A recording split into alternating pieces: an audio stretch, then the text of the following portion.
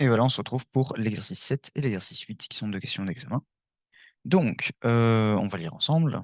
Passionné de myrmécologie, donc l'étude des fourmis, vous décidez d'implémenter un agent logique pour vous aider à identifier l'espèce de fourmi que vous étudiez. L'idée est simple, grâce à Internet, vous construisez une base de données. Ensuite, lorsque vous trouvez une souris à identifier, vous ajoutez temporairement les caractéristiques de celle-ci avec l'opération tel et allez questionner votre agent alors pour connaître l'espèce, opération ask. La base de données que vous bâtissez est la suivante, donc elle est ici. Alors pour information, ça vous pouvez lire ensemble, mais du coup ça donne des informations qui sont très importantes, mais pas dans notre cas parce qu'elles vont pas être très importantes pour la question. Mais je vous conseille de le lire parce qu'en examen de toute façon vous le lirez. Alors, au détour d'un chemin, vous trouvez une colonie qui possède des fourmis de différentes tailles, avec une tête rouge et qui transportent des graines. Donc ça c'est super important. Elles transportent des graines, elles ont une tête rouge et elles sont de différentes tailles. Pourquoi c'est important? C'est parce qu'on a remarqué ici que taille diff, graines et tête rouge, c'était trois informations de notre base de données. Ok.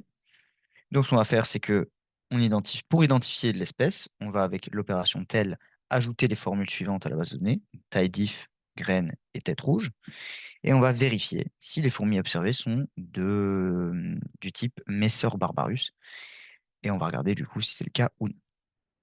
On va appliquer itérativement la règle d'inférence suivante pour confirmer cette hypothèse. Et on remarque que ça, en fait, c'est quoi? C'est le modus ponens. Ok. C'est hyper important de se dire que c'est le modus ponens. Vous verrez à la suite pourquoi. Mais c'est toujours bien d'essayer de remarquer, est-ce que j'ai déjà vu cette règle d'inférence dans le cours? Oui, non. Parce qu'il y a certaines règles d'inférence qui ont certaines propriétés que d'autres n'ont pas. Donc c'est toujours intéressant de regarder.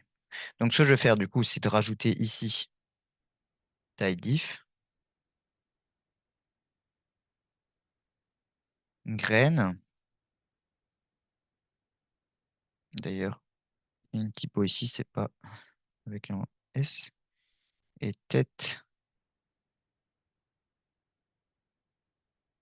rouge, mais du coup, je vais encore enlever le S. OK. Donc, j'ai rajouté mes trois informations dans ma base de données. Et maintenant, on va utiliser cette règle d'inférence pour du coup, pour inférer, pour voir si je peux déduire l'espèce Messorbarbarus ou non. Donc, commençons. Donc, je vais tout écrire ici. Désolé si c'est un peu petit, mais normalement, il y a l'espace.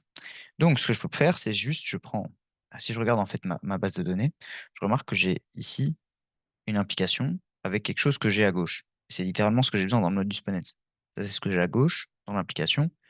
Et il faut aussi que je les ai. Que vous vous souvenez, hein, c'est comme si, ici, l'espace, ici, c'est comme si c'était un et. C'est comme si c'était conjonction. Ça veut dire que j'ai deux éléments dans ma base de données. Ok. Du coup, je peux dire taille diff avec taille diff implique cast. Et je peux dire du coup que j'ai cast. D'accord? C'est un nouvel élément que je peux ajouter dans ma base de données. Ok. Maintenant, je remarque quoi? J'ai graine et j'ai cast. Bah, je peux littéralement faire cette implication avec modus ponens pour avoir mes sorts. Là, je ne vais pas renoter, mais du coup, ça me donne mes sorts. Vous êtes d'accord avec moi? On relie un peu le modus ponens. Le modus ponens, il me dit que si j'ai P et P2 et P3 et etc., etc., donc là, j'en ai que deux, mais du coup, si j'ai P1 et P2 qui impliquent Q, et que dans ma base de données, j'ai P1 et P2, donc ici, j'ai cast et j'ai graine, ici et ici, ça implique mes sorts. Donc, je peux en déduire mes sorts. OK? Et en fait, on va utiliser une troisième fois. Donc, à l'examen, évidemment, vous ne faites pas comme moi, vous notez bien toute la règle d'inférence, comme je l'ai fait ici, hein, mais vous justifiez. Et du coup, maintenant que j'ai mes sorts, je remarque que j'ai tête rouge, mais que j'ai aussi mes sorts. Donc, encore une fois, le modus ponens peut être appliqué sur cette implication, qui me donne quoi? Qui me donne mes sorts barbarus. Et du coup, on peut générer le littéral Messor barbarus via notre inférence. Donc, la fourmi est bien de l'espèce Messor barbarus. Et donc, ça, cette question, on a trouvé que c'était vrai. Et vous auriez dû écrire du coup tout le raisonnement, mais là, on l'a fait ensemble. OK? Alors, question 2 et 3. Est-ce que cet algorithme d'inférence est cohérent? Est-ce qu'il est complet pour cette base de données? Justifié. Et en fait, là, c'est hyper intéressant. On a deux façons de faire cet exercice. soit on le fait par model checking, qui est très bien, il faut juste pas se tromper, mais normalement, vous savez le faire. On a déjà fait un exemple de model checking pour la cohérence, dans les exercices précédents. Donc ça devrait aller normalement. Mais ce qui est très intéressant de remarquer ici, c'est quoi? C'est dans ma base de données, j'ai que des choses du type Q1 et Q2 et Qn qui impliquent P. Et ça, normalement, surtout qu'on vient de faire l'exercice 6, bah ça, vous devez remarquer en fait que c'est quelque chose qu'on connaît très bien. C'est en fait une clause de Horn. C'est la definite clause du coup des clauses de Horn. Et du coup, si toute ma base de données est sous forme de clause de Horn, bah, qu'est-ce que je peux en déduire? Eh ben, dans la logique des clauses de Horn, le modus ponens, la règle d'inférence, le modus ponens, donc cette règle d'inférence, elle est complète et elle est, euh, elle est cohérente.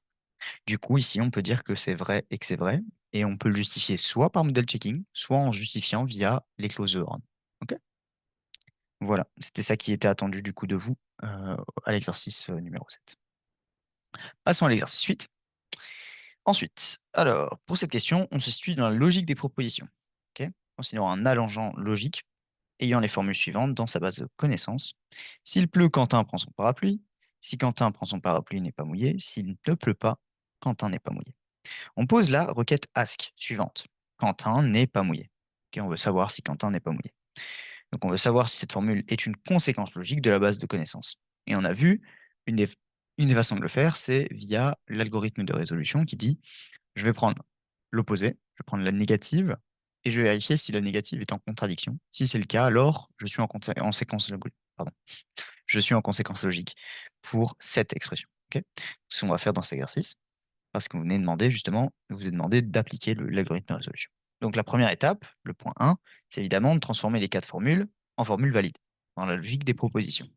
C'est assez logique. Donc on va poser des lettres, on va dire que pleuvoir, ou raining en anglais c'est raining, donc R. Puis le parapluie, on va l'appeler U pour umbrella. Et ensuite, mouillé, on va appeler ça wet, comme en anglais. OK? Et du coup, ça, oubliez pas de le dire, je pose que mes trois symboles R, W et U sont ta ta ta ta ta. Et on peut encoder alors ensemble les formules comme suit. Il y a une toute petite coupure, donc on peut encoder les formules comme suit. Donc, ma première formule F1, ça va juste être, ça c'est F1, ça c'est F2, ça c'est F3, ça c'est O. OK? Et du coup, F1, c'est juste, il pleut.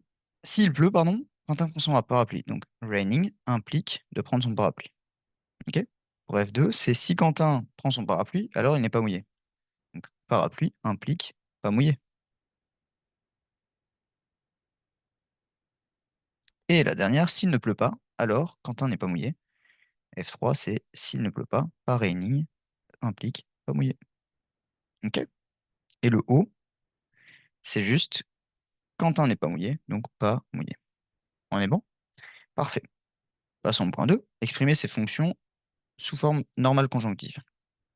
Bah là, on va utiliser la règle classique qu'on a utilisée pas mal de fois, c'est la simplification d'une implication. Donc, où on dit que U implique V, c'est la même chose, enfin, c'est une conséquence logique de pas U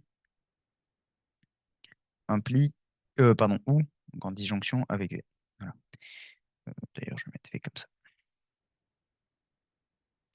Et du coup, ça, c'est ce qu'on va utiliser comme règle pour les différentes choses. Donc, on peut dire que F1, ça devient pas R ou U. F2, ça devient pas U ou pas W. J'ai eu une coupure, j'ai eu un problème avec mon iPad, l'application s'est coupée et tout s'est supprimé. Donc, on se retrouve avec cette base de données en forme CNF, parce que ici, notre R avec une double négation qui s'annule. OK? Donc maintenant, le 3, ça va être quoi? Ça va être de prouver, en appliquant, en appliquant le théorème de résolution, on veut prouver par la conséquence logique. Donc, on veut prouver que ça est en conséquence logique. Du coup, comment on fait ça? Bah, en fait, on va prouver que Si on veut prouver que O est en conséquence logique, bah, on peut prouver alors que pas O est en contradiction avec la base de données. Et pour prouver ça, bah, c'est l'algorithme de résolution. J'ajoute pas O à la base de données, ce qui fait qu'après, avec les inférences, etc., je peux montrer que j'arrive à obtenir la clause nulle. Et si j'arrive à obtenir la clause nulle, ça veut dire que pas O est en contradiction avec la base de données, ce qui veut dire que O est en conséquence logique avec la base de données. Donc, on va commencer et on va utiliser la règle assez classique, qui est la règle de résolution. En fait, c'est par exemple, donc ici, je rajoute à ma base de données. Donc ça, c'est ma base de données. Je veux dire 1, 2, 3. Le 4, ça va être pas O, donc pas W, donc ça fait juste W. Ok. Puis j'utilise mes règles de logique. Donc si j'ai W et qu'ici j'ai pas W avec un OU, bah, ça veut dire que W et ensuite la formule OU, pas W, ça me donne juste pas U. Même chose ici. Donc là, ça c'est pour le 5. Le 5 me donne pas U. Le 6 me donne W et R ou pas W. Donc ça me donne R. Ok. Le 7, je peux juste appliquer R avec le pas R que j'ai ici. Remarque, hein. Hmm. Donc R, je vais le noter ici. R avec pas R ou U. Ça donne quoi? Ça donne juste U. Et le 8, bah, si j'ai U et que j'ai pas U, bah, les deux ensemble, U et pas U, ça donne la clause vide, comme ça. Si j'ai la clause vide, ça veut dire que pas O, donc W, est en contradiction avec ma base de données, ce qui veut dire que sa négation, pas W, qui était en fait O, est en conséquence logique avec notre base de connaissances, et on a réussi à prouver que Quentin n'est pas mouillé. Voilà, ça conclut notre séance sur les agents logiques. Comme à chaque fois, si vous avez des questions, venez en séance, on est là pour ça. Merci beaucoup.